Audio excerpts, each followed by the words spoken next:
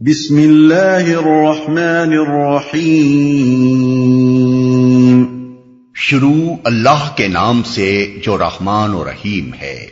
یا ایھا النبی لم تحرم ما احل اللہ لک تبتغی مرضات ازواجک واللہ غفور رحیم۔ اے نبی، تم کیوں اس چیز کو حرام کرتے ہو جو اللہ نے تمہارے لیے حلال کی ہے؟ کیا اس لیے کہ تم اپنی بیویوں کی خوشی چاہتے ہو؟ اللہ معاف کرنے والا اور رحم فرمانے والا ہے۔ تمہارے لیے حلال کی ہے۔ یہ دراصل استفہام نہیں ہے بلکہ ناپسندیدگی کا اظہار ہے، یعنی مقصود نبی صلی اللہ علیہ وسلم سے یہ دریافت کرنا نہیں ہے کہ آپ نے یہ کام کیوں کیا ہے، بلکہ آپ کو اس بات پر متنبہ کرنا ہے کہ اللہ کی حلال کی ہوئی چیز کو اپنے اوپر حرام کر لینے کا جو فعل آپ سے صادر ہوا ہے وہ اللہ تعالیٰ کو ناپسند ہے۔ اس سے خود بخود یہ مضمون مترشح ہوتا ہے کہ اللہ نے جس چیز کو حلال کیا ہے اسے حرام کرنے کا اختیار کسی کو بھی نہیں ہے، حتیٰ کہ خود نبی صلی اللہ علیہ وسلم بھی یہ اختیار نہیں رکھتے۔ اگرچہ حضور نے اس چیز کو نہ عقیدہ حرام سمجھا تھا اور نہ اسے شرعاً حرام قرار دیا تھا، بلکہ صرف اپنی ذات پر اس کے استعمال کو حرام کر لیا تھا، لیکن چونکہ آپ کی حیثیت ایک عام آدمی کی نہیں بلکہ اللہ کے رسول کی تھی، اور آپ کے کسی چیز کو اپنے اوپر حرام کر لینے سے یہ خطرہ پیدا ہو سکتا تھا کہ امت بھی اس شے کو حرام یا کم از کم مکروہ سمجھنے لگے، یا امت کے افراد یہ خیال کرنے لگیں کہ اللہ کی حلال کی ہوئی چیز کو اپنے اوپر حرام کر لینے میں کوئی مذائقہ نہیں ہے۔ اس لیے اللہ تعالیٰ نے آپ کے اس فعل پر گرفت فرمائی اور آپ کو اس تحریم سے باز رہنے کا حکم دیا۔ بیویوں کی خوشی چاہتے ہو۔ اس سے معلوم ہوا کہ حضور نے تحریم کا یہ فعل خود اپنی کسی خواہش کی بنا پر نہیں کیا تھا، بلکہ آپ کی بیویوں نے یہ چاہا تھا کہ آپ ایسا کریں، اور آپ نے محض ان کو خوش کرنے کے لیے ایک حلال چیز اپنے لیے حرام کر لی تھی۔ یہاں یہ سوال پیدا ہوتا ہے کہ اللہ تعالیٰ نے تحریم کے اس فعل پر ٹوکنے کے ساتھ اس کی اس وجہ کا ذکر خاص طور پر کیوں فرمایا؟ ظاہر ہے کہ اگر مقصود کلام صرف تحریم حلال سے آپ کو باز رکھنا ہوتا تو یہ مقصد پہلے فقرے سے پورا ہو جاتا تھا، اور اس کی ضرورت نہ تھی کہ جس وجہ سے آپ نے یہ کام کیا تھا اس کی بھی تصریح کی جاتی۔ اس کو بطور خاص بیان کرنے سے صاف معلوم ہوتا ہے کہ مقصد صرف حضور ہی کو تحریم حلال پر ٹوکنا نہیں تھا، بلکہ ساتھ ساتھ ازواج مطہرات کو بھی اس بات پر متنبہ کرنا تھا کہ انہوں نے ازواج نبی ہونے کی حیثیت سے اپنی نازک ذمہ داریوں کا احساس نہ کیا اور حضور سے ایک ایسا کام کرا دیا جس سے ایک حلال چیز کے حرام ہو جانے کا خطرہ پیدا ہو سکتا تھا۔ اگرچہ قرآن میں یہ نہیں بتایا گیا ہے کہ وہ چیز کیا تھی جسے حضور نے اپنے اوپر حرام کیا تھا، لیکن محدثین و مفسرین نے اس سلسلے میں دو مختلف واقعات کا ذکر کیا ہے جو اس آیت کے نزول کا سبب بنے۔ ایک واقعہ حضرت ماریہ قبطیہ کا ہے اور دوسرا واقعہ یہ کہ آپ نے شہد استعمال نہ کرنے کا عہد کر لیا تھا۔ حضرت ماریہ کا قصہ یہ ہے کہ صلح حدیبیہ سے فارغ ہونے کے بعد رسول اللہ صلی اللہ علیہ وسلم نے جو خطوط اطراف و نواح کے بادشاہوں کو بھیجے تھے ان میں سے ایک اسکندریہ کے رومی بطریق یعنی پیٹریارک کے نام بھی تھا، جسے عرب مقوقس کہتے تھے۔ حضرت حاتب بن ابی بلتع یہ نام گرامی لے کر جب اس کے پاس پہنچے تو اس نے اسلام تو قبول نہ کیا مگر ان کے ساتھ اچھی طرح پیش آیا، اور جواب میں لکھا کہ مجھے یہ معلوم ہے کہ ایک نبی آنا بھی باقی ہے، لیکن میرا خیال یہ ہے کہ وہ شام میں نکلے گا، تاہم میں آپ کے ایلچی کے ساتھ احترام سے پیش آیا ہوں اور آپ کی خدمت میں 2 لڑکیاں بھیج رہا ہوں جو قبطیوں میں بڑا مرتبہ رکھتی ہیں۔ بحوالہ ابن سعد۔ ان لڑکیوں میں سے ایک سیرین تھیں اور دوسری ماریہ، عیسائی حضرت مریم کو ماریا یعنی میری کہتے ہیں۔ مصر سے واپسی پر راستے میں حضرت حاطب نے دونوں کے سامنے اسلام پیش کیا اور وہ ایمان لے آئیں۔ رسول اللہ صلی اللہ علیہ وسلم کی خدمت میں حاضر ہوئیں تو آپ نے سیرین کو حضرت حسان بن ثابت کی ملک یمین میں دے دیا اور حضرت ماریا کو اپنے حرم میں داخل فرمایا۔ ذی الحجہ سن 8 ہجری میں انہی کے بطن سے حضور کے صاحبزادے ابراہیم پیدا ہوئے بحوالہ الاستیعاب اور الاصابہ۔ یہ خاتون نہایت خوبصورت تھیں۔ حافظ ابن حجر نے الاصابہ میں ان کے متعلق حضرت عائشہ کا یہ قول نقل کیا ہے کہ مجھے کسی عورت کا آنا اس قدر ناگوار نہ ہوا جتنا ماریا کا آنا ہوا تھا، کیونکہ وہ حسین و جمیل تھیں اور حضور کو بہت پسند آئی تھیں۔ ان کے بارے میں متعدد طریقوں سے جو قصہ احادیث میں نقل ہوا ہے وہ مختصراً یہ ہے کہ ایک روز رسول اللہ صلی اللہ علیہ وسلم حضرت حفصہ کے مکان میں تشریف لے گئے اور وہ گھر پر موجود نہ تھیں۔ اس وقت حضرت ماریا آپ کے پاس وہاں آ گئیں اور تخلیے میں آپ کے ساتھ رہیں۔ حضرت حفصہ کو یہ بات ناگوار گزری اور انہوں نے حضور سے اس کی سخت شکایت کی۔ اس پر آپ نے ان کو راضی کرنے کے لیے ان سے یہ عہد کر لیا کہ آئندہ ماریا سے کوئی ازدواجی تعلق نہ رکھیں گے۔ بعض روایات میں یہ ہے کہ آپ نے ماریا کو اپنے اوپر حرام کر لیا،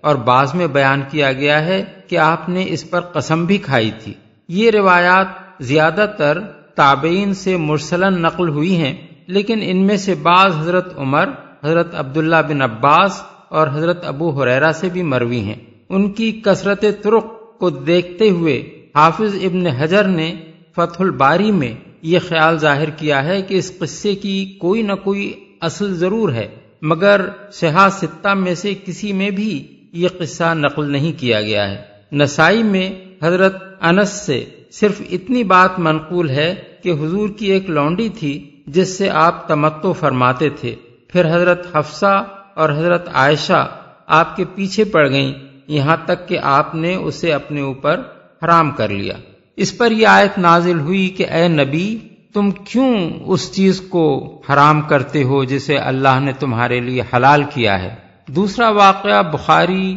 مسلم، ابو داؤد، نسائی اور دوسری متعدد کتب حدیث میں خود حضرت عائشہ سے جس طرح نقل ہوا ہے، اس کا خلاصہ یہ ہے کہ رسول اللہ صلی اللہ علیہ وسلم بالعموم ہر روز عصر کے بعد تمام ازواج مطہرات کے ہاں چکر لگاتے تھے۔ ایک موقع پر ایسا ہوا کہ آپ حضرت زینب بنت جہش کے ہاں جا کر زیادہ دیر تک بیٹھنے لگے، کیونکہ ان کے ہاں کہیں سے شہد آیا ہوا تھا اور حضور کو شیرینی بہت پسند تھی، اس لیے آپ ان کے ہاں شہد کا شربت نوش فرماتے تھے۔ حضرت عائشہ کا بیان ہے کہ مجھ کو اس پر رشک لاحق ہوا اور میں نے حضرت حفصہ، حضرت سودا اور حضرت صفیہ سے مل کر یہ طے کیا کہ ہم میں سے جس کے پاس بھی آپ آئیں وہ آپ سے یہ کہے کہ آپ کے منہ سے مغافیر کی بو آتی ہے۔ مغافیر ایک قسم کا پھول ہوتا ہے جس میں کچھ بساند ہوتی ہے، اور اگر شہد کی مکھی اس سے شہد حاصل کرے تو اس کے اندر بھی اس بساند کا اثر آ جاتا ہے۔ یہ بات سب کو معلوم تھی کہ حضور نہایت نفاست پسند ہیں اور آپ کو اس سے سخت نفرت ہے کہ آپ کے اندر کسی قسم کی بدبو پائی جائے، اس لیے آپ کو حضرت زینب کے ہاں ٹھہرنے سے روکنے کی خاطر یہ تدبیر کی گئی اور یہ کارگر ہوئی۔ جب متعدد بیویوں نے آپ سے کہا کہ آپ کے منہ سے مغافیر کی بو آتی ہے تو آپ نے عہد کر لیا کہ اب یہ شہد استعمال نہیں فرمائیں گے۔ ایک روایت میں آپ کے الفاظ یہ ہیں، فلن اعود لہو وقد حلفت، اب میں ہرگز اسے نہ پیوں گا، میں نے قسم کھا لی ہے۔ دوسری روایت میں صرف فلن اعود لہو کے الفاظ ہیں، وقد حلفت کا ذکر نہیں ہے۔ اور ابن عباس سے جو روایت ابن المنذر، ابن ابی حاتم، طبرانی اور ابن مردویہ نے نقل کی ہے، اس میں یہ الفاظ ہیں کہ واللہ لا اشربہ، یعنی خدا کی قسم میں اسے نہ پیوں گا۔ اکابر اہل علم نے ان دونوں قصوں میں سے اسی دوسرے قصے کو صحیح قرار دیا ہے اور پہلے قصے کو ناقابل اعتبار ٹھہرایا ہے۔ امام نسائی کہتے ہیں کہ شہد کے معاملے میں حضرت عائشہ کی حدیث نہایت صحیح ہے، اور حضرت ماریہ کو حرام کر لینے کا قصہ کسی عمدہ طریقے سے نقل نہیں ہوا ہے۔ قاضی عیاض کہتے ہیں صحیح یہ ہے کہ یہ آیت ماریہ کے معاملے میں نہیں بلکہ شہد کے معاملے میں نازل ہوئی ہے۔ قاضی ابو بکر ابن العربی بھی شہد ہی کے قصے کو صحیح قرار دیتے ہیں، اور یہی رائے امام نووی اور حافظ بدر الدین عینی کی ہے۔ ابن حمام فتح القدیر میں کہتے ہیں کہ شہد کی تحریم کا قصہ صحیحین میں خود حضرت عائشہ سے مروی ہے، جن کے ساتھ یہ معاملہ پیش آیا تھا، اس لیے یہی زیادہ قابل اعتبار ہے۔ حافظ ابن کثیر کہتے ہیں صحیح بات یہ ہے کہ یہ آیت شہد کو اپنے اوپر حرام کر لینے کے بارے میں نازل ہوئی ہے۔ رحم فرمانے والا ہے، یعنی بیویوں کی خوشی کی خاطر ایک حلال چیز کو حرام کر لینے کا جو فعل آپ سے صادر ہوا ہے، یہ اگرچہ آپ کے اہم ترین ذمہ دارانہ منصب کے لحاظ سے مناسب نہ تھا، لیکن یہ کوئی گناہ بھی نہ تھا کہ اس پر مواخذہ کیا جائے، اس لیے اللہ تعالیٰ نے صرف ٹوک کر اس کی اصلاح کر دینے پر اکتفا فرمایا اور آپ کی اس لغزش کو معاف کر دیا۔ قد فرض الله لكم تحلة أيمانكم والله مولاكم وهو العليم الحكيم۔ اللہ نے تم لوگوں کے لیے اپنی قسموں کی پابندی سے نکلنے کا طریقہ مقرر کر دیا ہے۔ اللہ تمہارا مولا ہے اور وہی علیم و حکیم ہے۔ طریقہ مقرر کر دیا ہے، مطلب یہ ہے کہ کفارہ دے کر قسموں کی پابندی سے نکلنے کا جو طریقہ اللہ تعالیٰ نے سورہ مائدہ آیت 89 میں مقرر کر دیا ہے، اس کے مطابق عمل کر کے آپ اس عہد کو توڑ دیں جو آپ نے ایک حلال چیز کو اپنے اوپر حرام کرنے کے لیے کیا ہے۔ یہاں ایک اہم فقہی سوال پیدا ہوتا ہے، اور وہ یہ ہے کہ آیا یہ حکم اس صورت کے لیے ہے جب آدمی نے قسم کھا کر حلال کو حرام کر لیا ہو، یا بجائے خود تحریم ہی قسم کی ہم معنی ہے، خواہ قسم کے الفاظ استعمال کیے گئے ہوں یا نہ کیے گئے ہوں؟ اس سلسلے میں فقہا کے درمیان اختلاف ہے۔ ایک گروہ کہتا ہے کہ محض تحریم قسم نہیں ہے، اگر آدمی نے کسی چیز کو خواہ وہ بیوی ہو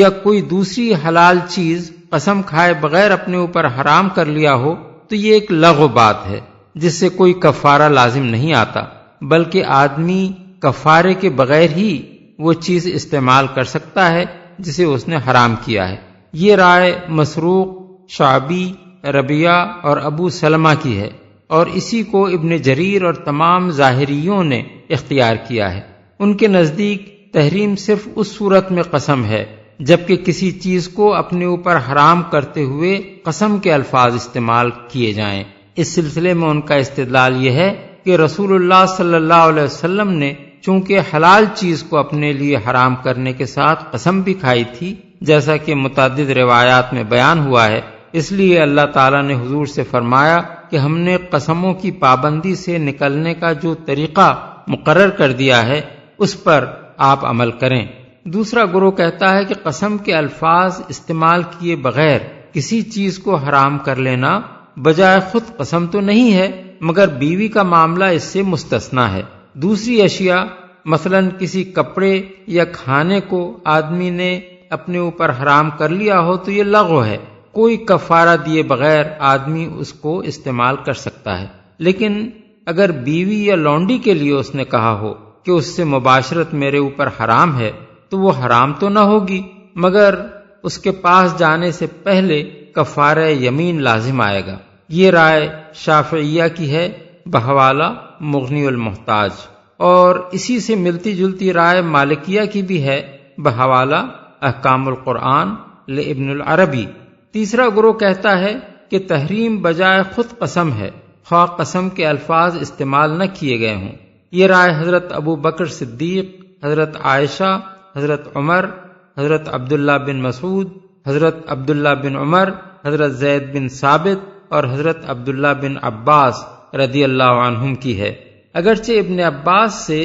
ایک دوسری رائے بخاری میں یہ نقل ہوئی ہے کہ اذا حرم امرأتہ فلیس بشیء، یعنی اگر آدمی نے اپنی بیوی کو حرام کیا ہو تو یہ کچھ نہیں ہے، مگر اس کی توجیہ یہ کی گئی ہے کہ ان کے نزدیک یہ طلاق نہیں بلکہ قسم ہے اور اس پر کفارہ ہے، کیونکہ بخاری، مسلم اور ابن ماجہ میں ابن عباس کا یہ قول نقل ہوا ہے کہ حرام قرار دینے کی صورت میں کفارہ ہے، اور نسائی میں روایت ہے کہ ابن عباس سے جب یہ مسئلہ پوچھا گیا تو انہوں نے کہا وہ تیرے اوپر حرام تو نہیں ہے مگر تجھ پر کفارہ لازم ہے۔ اور ابن جریر کی روایت میں ابن عباس کے الفاظ یہ ہیں، اگر لوگوں نے اپنے اوپر کسی چیز کو حرام کیا ہو جسے اللہ نے حلال کیا ہے تو ان پر لازم ہے کہ اپنی قسموں کا کفارہ ادا کریں۔ یہی رائے حسن بصری، عطا، طاؤس، سلیمان بن یسار، ابن جبیر اور قتادہ کی ہے، اور اسی رائے کو حنفیہ نے اختیار کیا ہے۔ امام ابو بکر جساس کہتے ہیں کہ آیت لما تحرم ما احل اللہ لک کے ظاہر الفاظ اس بات پر دلالت نہیں کرتے کہ رسول اللہ صلی اللہ علیہ وسلم نے تحریم کے ساتھ ساتھ قسم بھی کھائی تھی، اس لیے یہ ماننا پڑے گا کہ تحریم ہی قسم ہے، کیونکہ اس کے بعد اللہ تعالیٰ نے اسی تحریم کے معاملے میں قسم کا کفارہ واجب فرمایا۔ آگے چل کر پھر کہتے ہیں ہمارے اصحاب یعنی حنفیہ نے تحریم کو اس صورت میں قسم قرار دیا ہے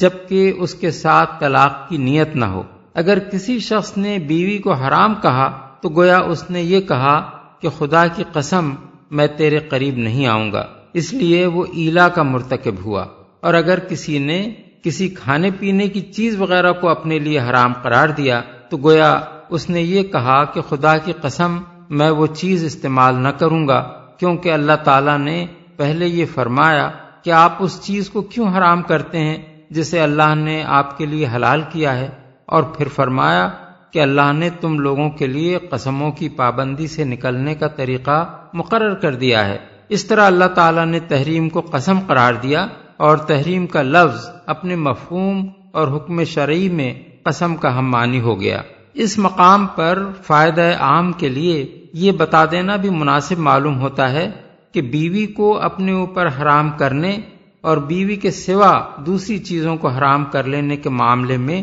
فقہا کے نزدیک شرعی حکم کیا ہے۔ حنفیہ کہتے ہیں کہ اگر طلاق کی نیت کے بغیر کسی شخص نے بیوی کو اپنے لیے حرام کیا ہو یا قسم کھائی ہو کہ اس سے مقاربت نہ کرے گا تو یہ ایلا ہے، اور اس صورت میں مقاربت سے پہلے اسے قسم کا کفارہ دینا ہوگا۔ لیکن اگر اس نے طلاق کی نیت سے یہ کہا ہو کہ تو میرے اوپر حرام ہے تو معلوم کیا جائے گا کہ اس کی نیت کیا تھی۔ اگر 3 طلاق کی نیت تھی تو 3 واقع ہوں گی، اور اگر اس سے کم کی نیت تھی، خواہ 1 کی نیت ہو یا 2 کی، تو دونوں صورتوں میں ایک ہی طلاق وارد ہوگی۔ اور اگر کوئی یہ کہے کہ جو کچھ میرے لیے حلال تھا وہ حرام ہو گیا، تو اس کا اطلاق بیوی پر اس وقت تک نہ ہوگا جب تک اس نے بیوی کو حرام کرنے کی نیت سے یہ الفاظ نہ کہے ہوں۔ بیوی کے سوا دوسری کسی چیز کو حرام کرنے کی صورت میں آدمی اس وقت تک وہ چیز استعمال نہیں کر سکتا جب تک قسم کا کفارہ ادا نہ کر دے۔ بحوالہ بدائع الصنائع، ہدایہ، فتح القدیر، احکام القرآن للجساس۔ شافعیہ کہتے ہیں کہ بیوی کو اگر طلاق یا زہار کی نیت سے حرام کیا جائے تو جس چیز کی نیت ہوگی وہ واقع ہو جائے گی۔ رجعی طلاق کی نیت ہو تو رجعی، بائن کی نیت ہو تو بائن، اور زہار کی نیت ہو تو زہار۔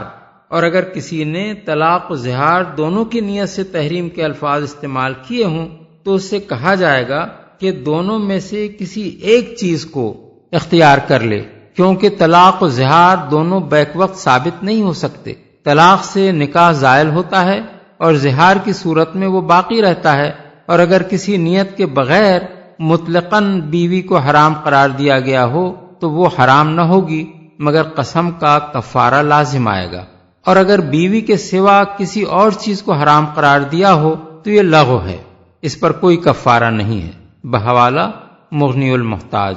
مالکیہ کہتے ہیں کہ بیوی کے سوا دوسری کسی چیز کو آدمی اپنے اوپر حرام کرے تو نہ وہ حرام ہوتی ہے اور نہ اسے استعمال کرنے سے پہلے کوئی کفارہ لازم آتا ہے، لیکن اگر بیوی کو کہہ دے کہ تو حرام ہے یا میرے لیے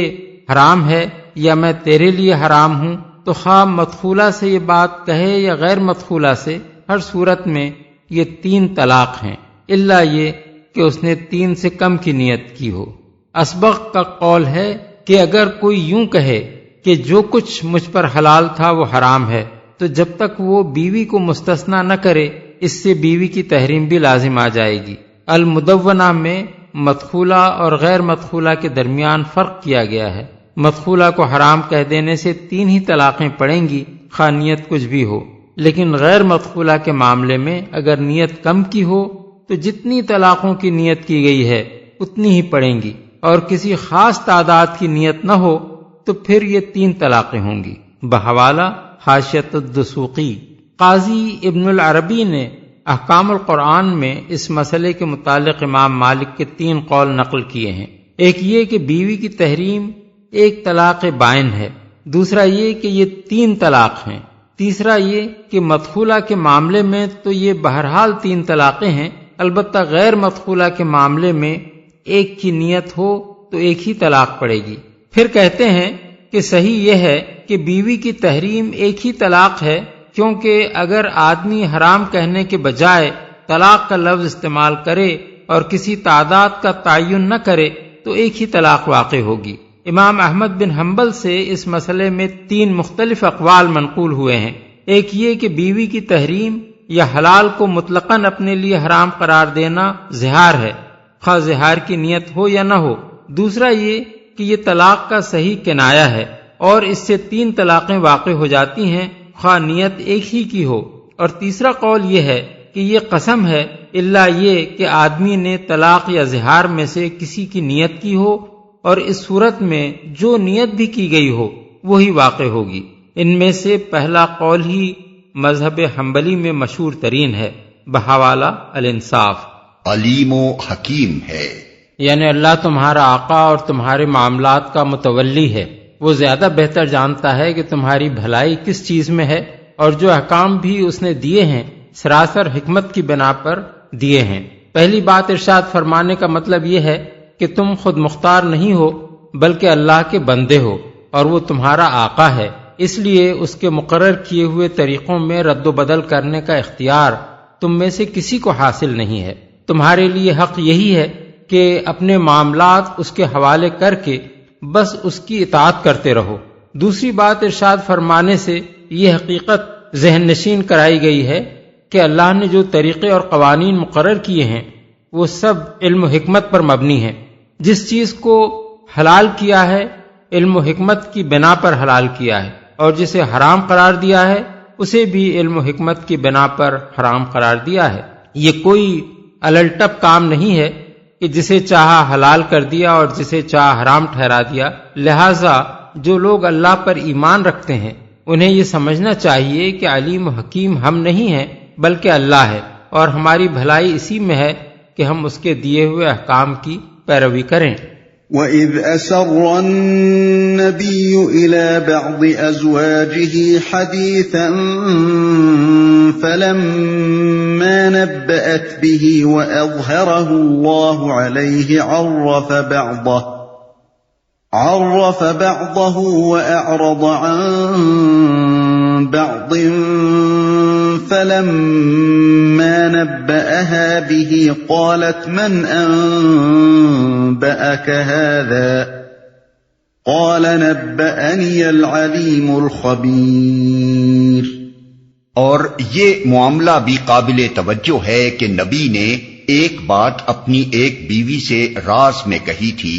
پھر جب اس بیوی نے کسی اور پر وہ راز ظاہر کر دیا اور اللہ نے نبی کو اس افشائے راز کی اطلاع دے دی تو نبی نے اس پر کسی حد تک اس بیوی کو خبردار کیا اور کسی حد تک اس سے درگزر کیا۔ پھر جب نبی نے اسے افشائے راز کی یہ بات بتائی تو اس نے پوچھا آپ کو اس کی کس نے خبر دی؟ نبی نے کہا مجھے اس نے خبر دی جو سب کچھ جانتا ہے اور خوب باخبر ہے۔ مختلف روایات میں مختلف باتوں کے متعلق یہ بیان کیا گیا ہے کہ فلاں بات تھی جو حضور نے اپنی ایک بیوی سے راز میں کہی تھی، اور ان بیوی نے ایک دوسری بیوی سے اس کا ذکر کر دیا، لیکن ہمارے نزدیک اول تو اس کا کھوج لگانا صحیح نہیں ہے، کیونکہ راز کے افشا کرنے پر ہی تو اللہ تعالیٰ یہاں ایک بیوی کو ٹوک رہا ہے۔ پھر ہمارے لیے کیسے صحیح ہو سکتا ہے کہ ہم اس کی ٹٹول کریں اور اسے کھولنے کی فکر میں لگ جائیں؟ دوسرے، جس مقصد کے لیے یہ آیت نازل ہوئی ہے اس کے لحاظ سے یہ سوال سرے سے کوئی اہمیت نہیں رکھتا کہ وہ راز کی بات تھی کیا۔ مقصود کلام سے اس کا کوئی تعلق ہوتا تو اللہ تعالیٰ اسے خود بیان فرما دیتا۔ اصل غرض جس کے لیے اس معاملے کو قرآن مجید میں بیان کیا گیا ہے، ازواج مطہرات میں سے ایک کو اس غلطی پر ٹوکنا ہے کہ ان کے عظیم المرتبہ شوہر نے جو بات راز میں ان سے فرمائی تھی اسے انہوں نے راز نہ رکھا اور اس کا افشا کر دیا۔ یہ محض ایک نجی معاملہ ہوتا جیسا دنیا کے عام میاں اور بیوی کے درمیان ہوا کرتا ہے، تو اس کی کوئی ضرورت نہ تھی کہ اللہ تعالیٰ براہ راست وحی کے ذریعے سے حضور کو اس کی خبر کر دیتا، اور پھر محض خبر دینے ہی پر اکتفا نہ کرتا بلکہ اسے اپنی اس کتاب میں بھی درج کر دیتا جسے ہمیشہ ہمیشہ کے لیے ساری دنیا کو پڑھنا ہے۔ لیکن اسے یہ اہمیت جس وجہ سے دی گئی وہ یہ تھی کہ وہ بیوی کسی معمولی شوہر کی نہ تھیں بلکہ اس عظیم ہستی کی بیوی تھیں جسے اللہ تعالیٰ نے انتہائی اہم ذمہ داری کے منصب پر مامور فرمایا تھا، جسے ہر وقت کفار و مشرکین اور منافقین کے ساتھ ایک مسلسل جہاد سے سابقہ درپیش تھا، جس کی قیادت میں کفر کی جگہ اسلام کا نظام برپا کرنے کے لیے ایک زبردست جد و جہد ہو رہی تھی۔ ایسی ہستی کے گھر میں بے شمار ایسی باتیں ہو سکتی تھیں جو اگر راز نہ رہتی اور قبل از وقت ظاہر ہو جاتی تو اس کار عظیم کو نقصان پہنچ سکتا تھا جو وہ ہستی انجام دے رہی تھی۔ اس لیے جب اس گھر کی ایک خاتون سے پہلی مرتبہ یہ کمزوری صادر ہوئی کہ اس نے ایک ایسی بات کو جو راز میں اس سے کہی گئی تھی کسی اور پر ظاہر کر دیا، اگرچہ وہ کوئی غیر نہ تھا بلکہ اپنے ہی گھر کا ایک فرد تھا، تو اس پر فوراً ٹوک دیا گیا اور درپردہ نہیں بلکہ قرآن مجید میں برملا ٹوکا گیا، تاکہ نہ صرف ازواج مطہرات کو بلکہ مسلم معاشرے کے تمام ذمہ دار لوگوں کی بیویوں کو رازوں کی حفاظت کی تربیت دی جائے۔ آیت میں اس سوال کو قطعی نظر انداز کر دیا گیا ہے کہ جس راز کی بات کو افشا کیا گیا تھا وہ کوئی خاص اہمیت رکھتی تھی یا نہیں، اور اس کے افشا سے کسی نقصان کا خطرہ تھا یا نہیں۔ گرفت بجائے خود اس امر پر کی گئی ہے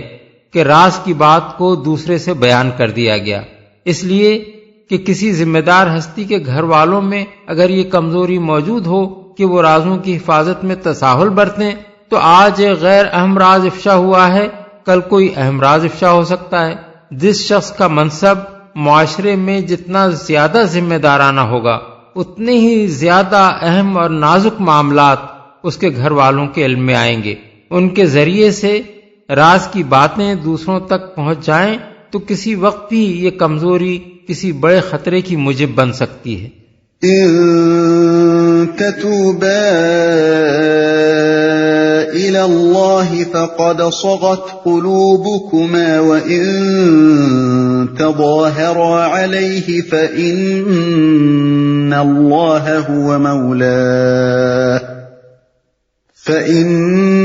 الله هو مولاه وجبريل وصالح المؤمنين والملائكة بعد ذلك ظهير۔ اگر تم دونوں اللہ سے توبہ کرتی ہو تو یہ تمہارے لیے بہتر ہے، کیونکہ تمہارے دل سیدھی راہ سے ہٹ گئے ہیں، اور اگر نبی کے مقابلے میں تم نے باہم جتھا بندی کی تو جان رکھو کہ اللہ اس کا مولا ہے،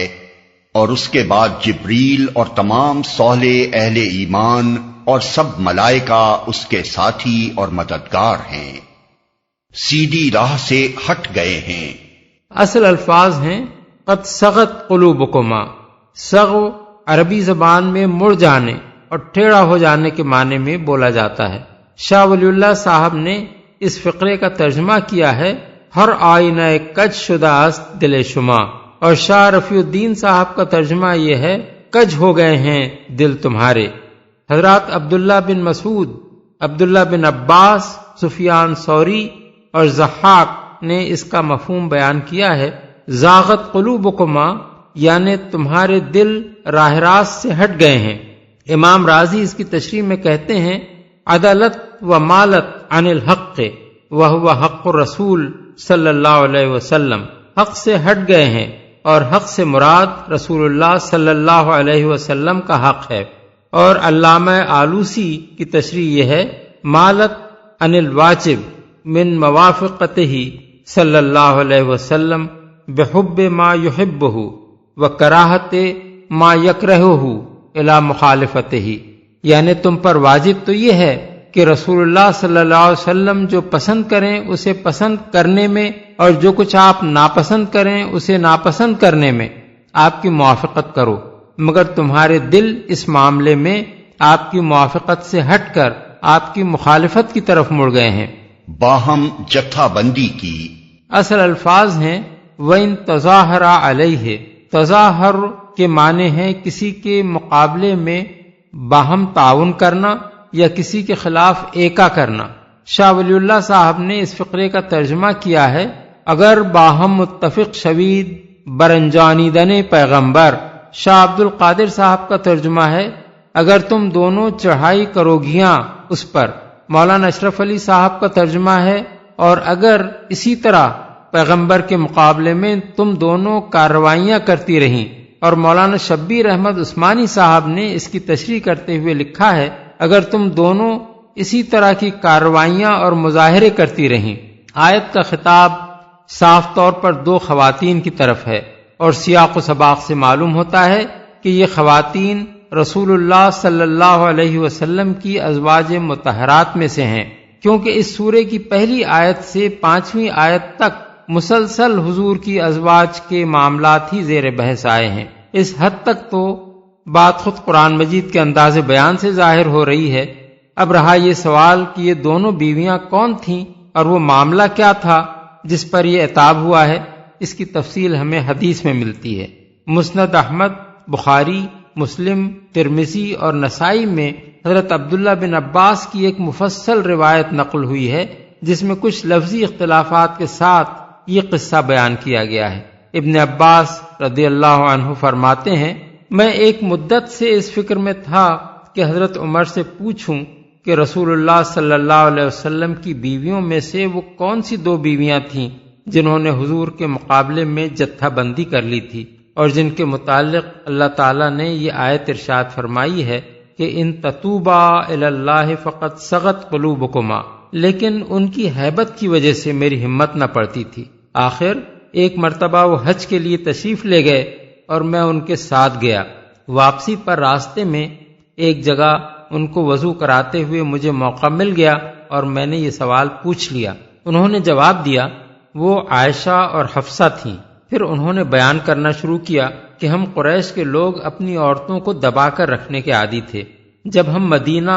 آئے تو ہمیں یہاں ایسے لوگ ملے جن پر ان کی بیویاں حاوی تھیں، اور یہی سبق ہماری عورتیں بھی ان سے سیکھنے لگیں۔ ایک روز میں اپنی بیوی پر ناراض ہوا تو کیا دیکھتا ہوں کہ وہ مجھے پلٹ کر جواب دے رہی ہے۔ اصل الفاظ ہیں فَإِذَا هِيَ تُرَاجِعُنِي، مجھے یہ بہت ناگوار ہوا کہ وہ مجھے پلٹ کر جواب دے۔ اس نے کہا، آپ اس بات پر کیوں بگڑتے ہیں کہ میں آپ کو پلٹ کر جواب دوں؟ خدا کی قسم، رسول اللہ صلی اللہ علیہ وسلم کی بیویاں حضور کو دو بدو جواب دیتی ہیں۔ اصل لفظ ہے لَيُرَاجِعْنَهُ، اور ان میں سے کوئی حضور سے دن بھر روٹھی رہتی ہے۔ بخاری کی روایت میں ہے کہ حضور اس سے دن بھر ناراض رہتے ہیں۔ یہ سن کر میں گھر سے نکلا اور حفصہ کے ہاں گیا، جو حضرت عمر کی بیٹی اور حضور کی بیوی تھیں۔ میں نے اس سے پوچھا، کیا تو رسول اللہ صلی اللہ علیہ وسلم کو دو بدو جواب دیتی ہے؟ اس نے کہا، ہاں۔ میں نے پوچھا، اور کیا تم میں سے کوئی دن بھر حضور سے روٹھی رہتی ہے؟ بخاری کی روایت میں ہے کہ حضور دن بھر اس سے ناراض رہتے ہیں۔ اس نے کہا، ہاں۔ میں نے کہا، نامراد ہو گئی اور گھاٹے میں پڑ گئی وہ عورت جو تم میں سے ایسا کرے۔ کیا تم میں سے کوئی اس بات سے بے خوف ہو گئی ہے کہ اپنے رسول کے غضب کی وجہ سے اللہ اس پر غضبناک ہو جائے اور وہ ہلاکت میں پڑ جائے؟ رسول اللہ صلی اللہ علیہ وسلم کے ساتھ کبھی زبان درازی نہ کر۔ یہاں بھی وہی الفاظ ہیں، لا تراجعی، اور نہ ان سے کسی چیز کا مطالبہ کر۔ میرے مال سے تیرا جو جی چاہے مانگ لیا کر۔ تو اس بات سے کسی دھوکے میں نہ پڑ کہ تیری پڑوسن مرادیں حضرت عائشہ تجھ سے زیادہ خوبصورت اور رسول اللہ صلی اللہ علیہ وسلم کو زیادہ محبوب ہے۔ اس کے بعد میں وہاں سے نکل کر ام سلمہ کے پاس پہنچا جو میری رشتہ دار تھیں، اور میں نے اس معاملے میں ان سے بات کی۔ انہوں نے کہا، ابن خطاب تم بھی عجیب آدمی ہو، ہر معاملے میں تم نے دخل دیا، یہاں تک کہ اب رسول اللہ صلی اللہ علیہ وسلم اور ان کی بیویوں کے معاملے میں بھی دخل دینے چلے ہو۔ ان کی اس بات نے میری ہمت توڑ دی۔ پھر ایسا ہوا کہ میرا ایک انصاری پڑوسی رات کے وقت میرے گھر آیا اور اس نے مجھے پکارا۔ ہم دونوں باری باری رسول اللہ صلی اللہ علیہ وسلم کی مجلس میں حاضر ہوتے تھے، اور جو بات کسی کی باری کے دن ہوتی تھی وہ دوسرے کو بتا دیا کرتا تھا۔ زمانہ وہ تھا جب ہمیں غسان کے حملے کا خطرہ لگا ہوا تھا۔ اس کے پکارنے پر جب میں نکلا تو اس نے کہا، ایک بڑا حادثہ پیش آ گیا ہے۔ میں نے کہا، کیا غسانی چڑھ آئے ہیں؟ اس نے کہا، نہیں، اس سے بھی زیادہ بڑا معاملہ ہے۔ رسول اللہ صلی اللہ علیہ وسلم نے اپنی بیویوں کو طلاق دے دی ہے۔ میں نے کہا، برباد ہوئی اور نامراد ہو گئی حفصہ۔ بخاری کے الفاظ ہیں، رغم انف حفصہ و عائشہ۔ مجھے پہلے ہی اندیشہ تھا کہ یہ ہونے والی بات ہے۔ اس کے آگے کا قصہ ہم نے چھوڑ دیا ہے، جس میں حضرت عمر نے بتایا ہے کہ دوسرے روز صبح حضور کی خدمت میں جا کر انہوں نے کس طرح حضور کا غصہ ٹھنڈا کرنے کی کوشش کی۔ اس قصے کو ہم نے مسند احمد اور بخاری کی روایات سے جمع کر کے مرتب کیا ہے۔ اس میں حضرت عمر نے مراجعت کا لفظ جو استعمال کیا ہے اسے لغوی معنی میں نہیں لیا جا سکتا، بلکہ سیاق و سباق خود بتا رہا ہے کہ یہ لفظ دو بدو جواب دینے کے معنی میں استعمال ہوا ہے۔ اور حضرت عمر کا اپنی بیٹی سے یہ کہنا، لا تراجعی رسول اللہ، صاف طور پر اس معنی میں ہے کہ حضور سے زبان درازی نہ کیا کر۔ اس ترجمے کو بعض لوگ غلط کہتے ہیں، اور ان کا اعتراض یہ ہے کہ مراجعت کا ترجمہ پلٹ کر جواب دینا یا دو بدو جواب دینا تو صحیح ہے، مگر اس کا ترجمہ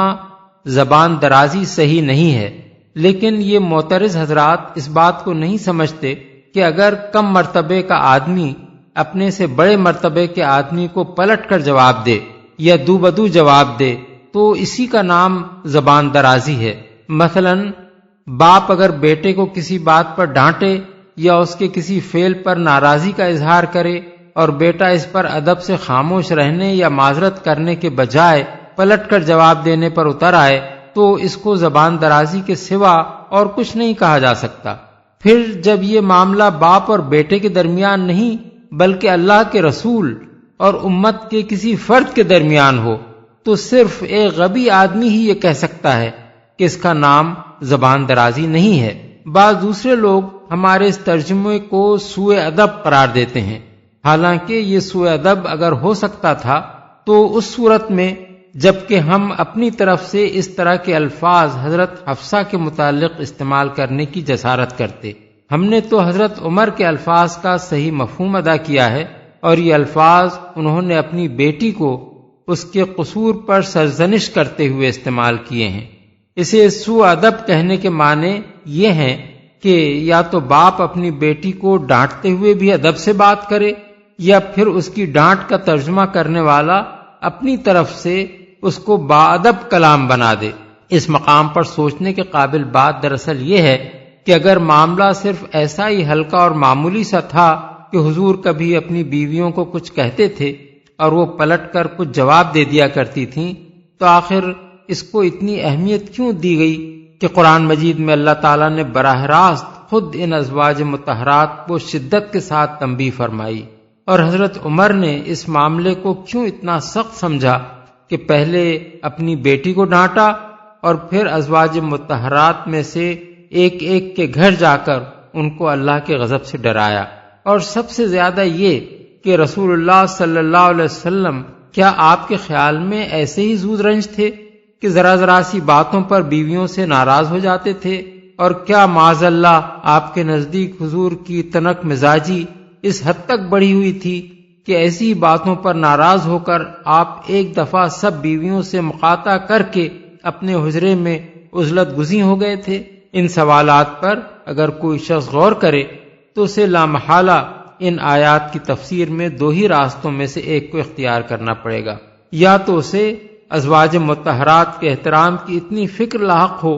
کہ وہ اللہ اور اس کے رسول پر حرف آ جانے کی پرواہ نہ کرے، یا پھر سیدھی طرح یہ مان لے کہ اس زمانے میں ان ازواج مطہرات کا رویہ فی الواقع ایسا ہی قابل اعتراض ہو گیا تھا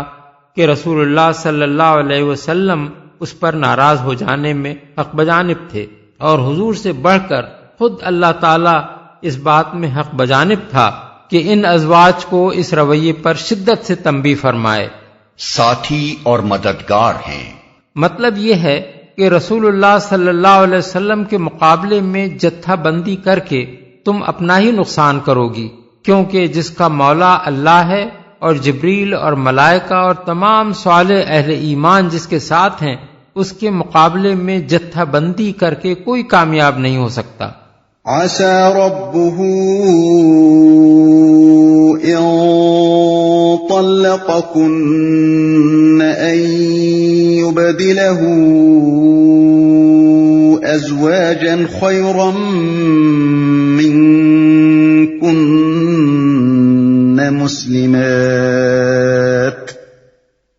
مسلمات مؤمنات قانتات تائبات عابدات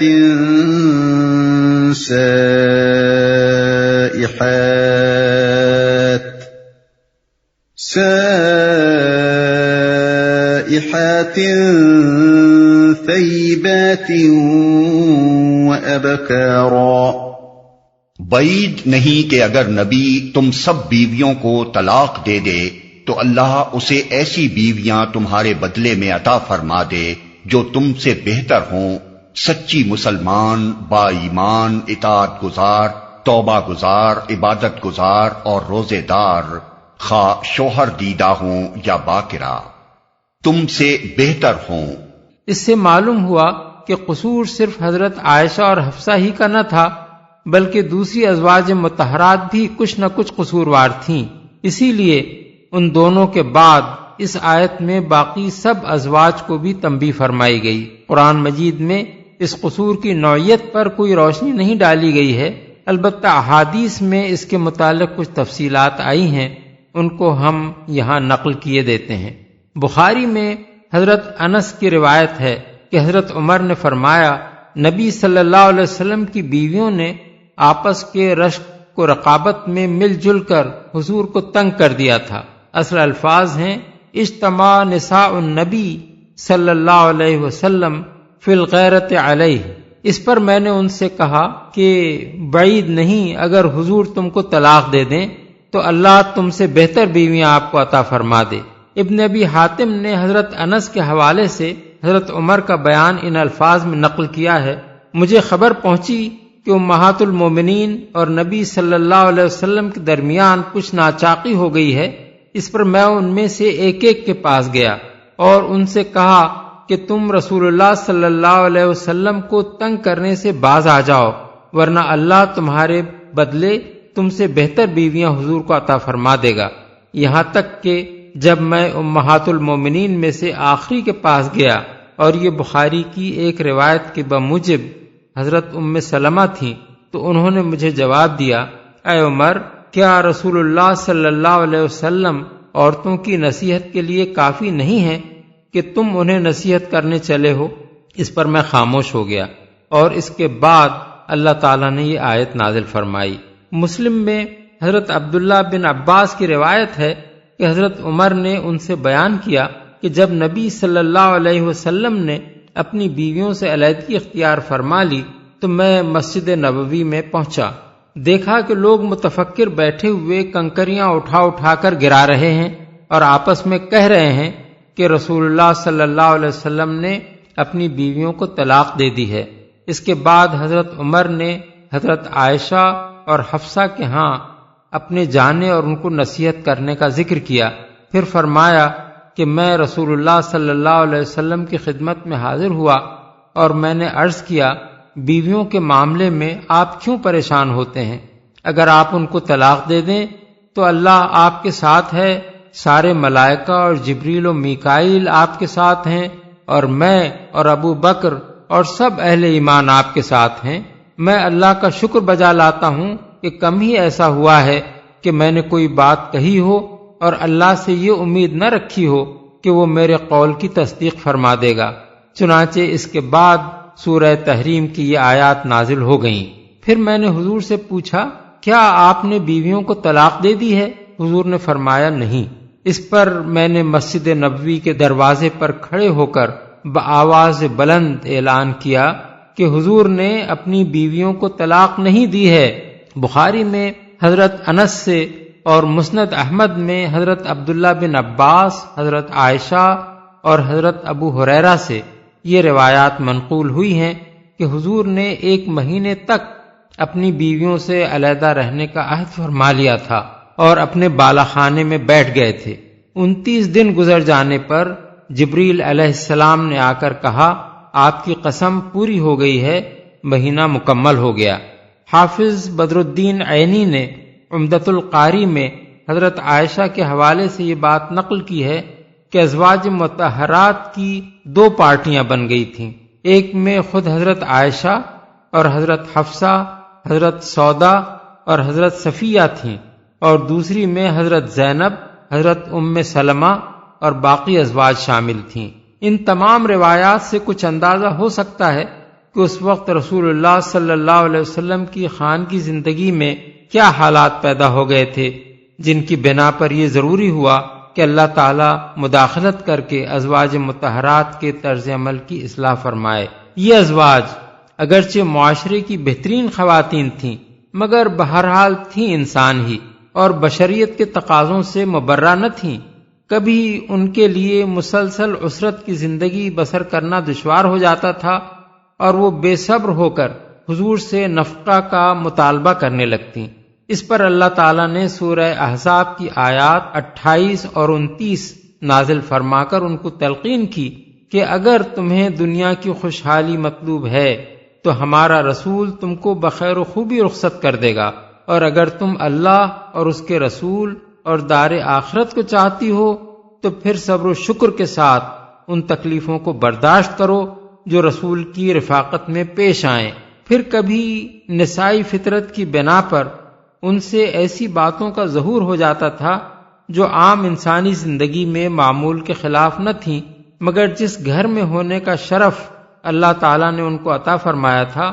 اس کی شان اور اس کی ذمہ داریوں سے وہ مطابقت نہ رکھتی تھیں۔ ان باتوں سے جب یہ اندیشہ پیدا ہوا کہ رسول اللہ صلی اللہ علیہ وسلم کی خانگی زندگی کہیں تلخ نہ ہو جائے اور اس کا اثر اس کار عظیم پر مترتب نہ ہو جو اللہ تعالی حضور سے لے رہا تھا، تو قرآن مجید میں یہ آیت نازل کر کے ان کی اصلاح فرمائی گئی تاکہ ازواج مطہرات کے اندر اپنے اس مقام اور مرتبے کی ذمہ داریوں کا احساس پیدا ہو جو اللہ کے آخری رسول کی رفیق زندگی ہونے کی حیثیت سے ان کو نصیب ہوا تھا، اور وہ اپنے آپ کو عام عورتوں کی طرح اور اپنے گھر کو عام گھروں کی طرح نہ سمجھ بیٹھیں۔ اس آیت کا پہلا ہی فقرہ ایسا تھا کہ اس کو سن کر ازواج مطہرات کے دل لرز اٹھے ہوں گے۔ اس ارشاد سے بڑھ کر ان کے لیے تنبیہ اور کیا ہو سکتی تھی کہ اگر نبی تم کو طلاق دے دے تو بعید نہیں کہ اللہ اس کو تمہاری جگہ تم سے بہتر بیویاں عطا کر دے۔ اول تو نبی صلی اللہ علیہ وسلم سے طلاق مل جانے کا تصور ہی ان کے لیے ناقابل برداشت تھا، اس پر یہ بات مزید کہ تم سے امہات المومنین ہونے کا شرف چھین لیا جائے گا، اور دوسری عورتیں جو اللہ تعالی نبی صلی اللہ علیہ وسلم کی زوجیت میں لائے گا وہ تم سے بہتر ہوں گی۔ اس کے بعد تو یہ ممکن ہی نہ تھا کہ ازواج مطہرات سے پھر کبھی کسی ایسی بات کا صدور ہوتا جس پر اللہ تعالی کی طرف سے گرفت کی نوبت آتی۔ یہی وجہ ہے کہ قرآن مجید میں بس 2 ہی مقامات ہم کو ایسے ملتے ہیں جہاں ان برگزیدہ خواتین کو تنبیہ فرمائی گئی ہے، ایک سورہ احزاب اور دوسرے یہ سورہ تحریم۔ با ایمان مسلم اور مومن کے الفاظ جب ایک ساتھ لائے جاتے ہیں تو مسلم کے معنی عملاً احکام الہی پر عمل کرنے والے کے ہوتے ہیں، اور مومن سے مراد وہ شخص ہوتا ہے جو صدق دل سے ایمان لائے۔ پس بہترین مسلمان بیویوں کی اولین خصوصیت یہ ہے کہ وہ سچے دل سے اللہ اور اس کے رسول اور اس کے دین پر ایمان رکھتی ہوں، اور عملاً اپنے اخلاق، عادات، خصائل اور برتاؤ میں اللہ کے دین کی پیروی کرنے والی ہوں۔ اطاعت گزار، اس کے دو معنی ہیں اور دونوں ہی یہاں مراد ہیں۔ ایک اللہ اور اس کے رسول کی تابع فرمان، دوسرے اپنے شوہر کی اطاعت کرنے والی۔ توبہ گزار، تائب کا لفظ جب آدمی کی صفت کے طور پر آئے تو اس کے معنی بس ایک ہی دفعہ توبہ کر لینے والے کے نہیں ہوتے، بلکہ ایسے شخص کے ہوتے ہیں جو ہمیشہ اللہ سے اپنے قصوروں کی معافی مانگتا رہے، جس کا ضمیر زندہ اور بیدار ہو، جسے ہر وقت اپنی کمزوریوں اور لغزشوں کا احساس ہوتا رہے اور وہ ان پر نادم و شرمسار ہو۔ ایسے شخص میں کبھی غرور و تکبر اور نخوت و خود پسندی کے جذبات پیدا نہیں ہوتے، بلکہ وہ طبعاً نرم مزاج اور حلیم ہوتا ہے۔ عبادت گزار، عبادت گزار آدمی بہرحال کبھی اس شخص کی طرح خدا سے غافل نہیں ہو سکتا جس طرح عبادت نہ کرنے والا انسان ہوتا ہے۔ ایک عورت کو بہترین بیوی بنانے میں اس چیز کا بھی بڑا دخل ہے۔ عبادت گزار ہونے کی وجہ سے وہ حدود اللہ کی پابندی کرتی ہے، حق والوں کے حق پہچانتی اور ادا کرتی ہے، اس کا ایمان ہر وقت تازہ اور زندہ رہتا ہے۔ اس سے اس امر کی زیادہ توقع کی جا سکتی ہے کہ وہ احکام الہی کی پیروی سے منہ نہیں موڑے گی۔ روزہ دار، اصل میں لفظ سائحات استعمال ہوا ہے۔ متعدد صحابہ اور بکثرت تابعین نے اس کے معنی صائمات بیان کیے ہیں۔ روزے کے لیے سیاحت کا لفظ جس مناسبت سے استعمال کیا جاتا ہے وہ یہ ہے کہ قدیم زمانے میں سیاحت زیادہ تر راہب اور درویش لوگ کرتے تھے، اور ان کے ساتھ کوئی زیادہ راہ نہیں ہوتا تھا۔ اکثر ان کو اس وقت تک بھوکا رہنا پڑتا تھا جب تک کہیں سے کچھ کھانے کو نہ مل جائے۔ اس بنا پر روزہ بھی ایک طرح کی درویشی ہی ہے کہ جب تک افطار کا وقت نہ آئے روزہ دار بھی بھوکا رہتا ہے۔ ابن جریر نے سورہ توبہ آیت 12 کی تفسیر میں حضرت عائشہ کا قول نقل کیا ہے کہ سیاحت و حاضح الامہ الصیام، اس امت کی سیاحت یعنی درویشی روزہ ہے۔ اس مقام پر نیک بیویوں کی تعریف میں ان کی روزہ داری کا ذکر اس معنی میں نہیں کیا گیا ہے کہ وہ محض رمضان کے فرض روزے رکھتی ہیں، بلکہ اس معنی میں ہے کہ وہ فرض کے علاوہ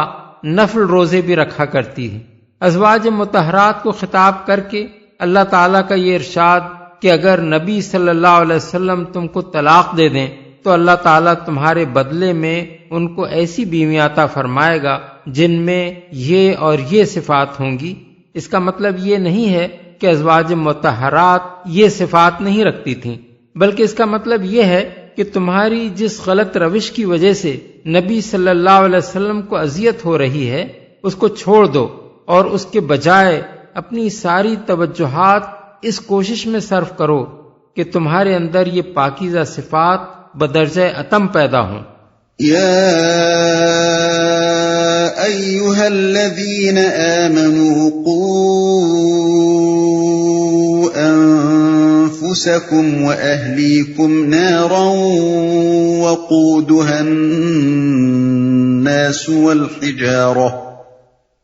وقودها الناس والحجارة عليها ملائكة غلاظ شداد لا يعصون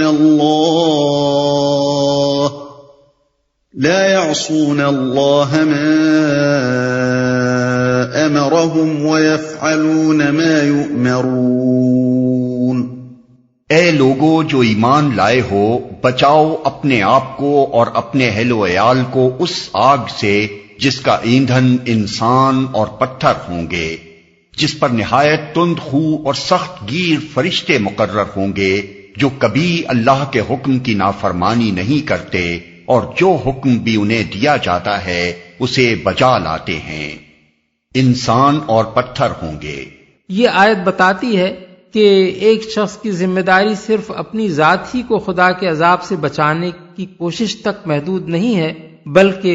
اس کا کام یہ بھی ہے کہ نظام فطرت نے جس خاندان کی سربراہی کا بار اس پر ڈالا ہے اس کو بھی وہ اپنی حد استطاعت تک ایسی تعلیم و تربیت دے جس سے وہ خدا کے پسندیدہ انسان بنے، اور اگر وہ جہنم کی راہ پر جا رہے ہوں تو جہاں تک بھی اس کے بس میں ہو ان کو اس سے روکنے کی کوشش کرے۔ اس کو صرف یہی فکر نہیں ہونی چاہیے کہ اس کے بال بچے دنیا میں خوشحال ہوں، بلکہ اس سے بھی بڑھ کر اسے یہ فکر ہونی چاہیے کہ وہ آخرت میں جہنم کا ایندھن نہ بنے۔ بخاری میں حضرت عبداللہ بن عمر کی روایت ہے کہ رسول اللہ صلی اللہ علیہ وسلم نے فرمایا، تم میں سے ہر ایک راعی ہے اور ہر ایک اپنی رعیت کے معاملے میں جواب دہ ہے۔ حکمراں راعی ہے اور وہ اپنی رعیت کے معاملے میں جواب دہ ہے۔ مرد اپنے گھر والوں کا راعی ہے اور وہ ان کے بارے میں جواب دہ ہے، اور عورت اپنے شوہر کے گھر اور بچوں کی راعی ہے اور وہ ان کے بارے میں جواب دہ ہے۔ جہنم کا ایندھن پتھر ہوں گے، اس سے مراد غالباً پتھر کا کوئلہ ہے۔ ابن مسعود، ابن عباس، مجاہد، امام محمد الباقر اور سدی کہتے ہیں کہ یہ گندھک کے پتھر ہوں گے، اسے بجا لاتے ہیں، یعنی ان کو جو سزا بھی کسی مجرم پر نافذ کرنے کا حکم دیا جائے گا اسے جوں کا توں نافذ کریں گے اور ذرا رحم نہ کھائیں گے۔ یا ایھا الذین کفروا لا تعتذروا اليوم انما تجزون ما کنتم تعملون۔ اس وقت کہا جائے گا کہ اے کافرو، آج معذرتیں پیش نہ کرو، تمہیں تو ویسا ہی بدلہ دیا جا رہا ہے جیسے تم عمل کر رہے تھے۔ ان دونوں آیتوں کا انداز بیان اپنے اندر مسلمانوں کے لیے سخت تنبیہ لیے ہوئے ہے۔ پہلی آیت میں مسلمانوں کو خطاب کر کے فرمایا گیا کہ اپنے آپ کو اور اپنے اہل و عیال کو اس خوفناک عذاب سے بچاؤ، اور دوسری آیت میں فرمایا گیا کہ جہنم میں عذاب دیتے وقت کافروں سے یہ کہا جائے گا۔ اس سے خود بخود یہ مضمون مترشح ہوتا ہے کہ مسلمانوں کو دنیا میں وہ طرز عمل اختیار کرنے سے بچنا چاہیے جس کی بدولت آخرت میں ان کا انجام کافروں کے ساتھ ہو۔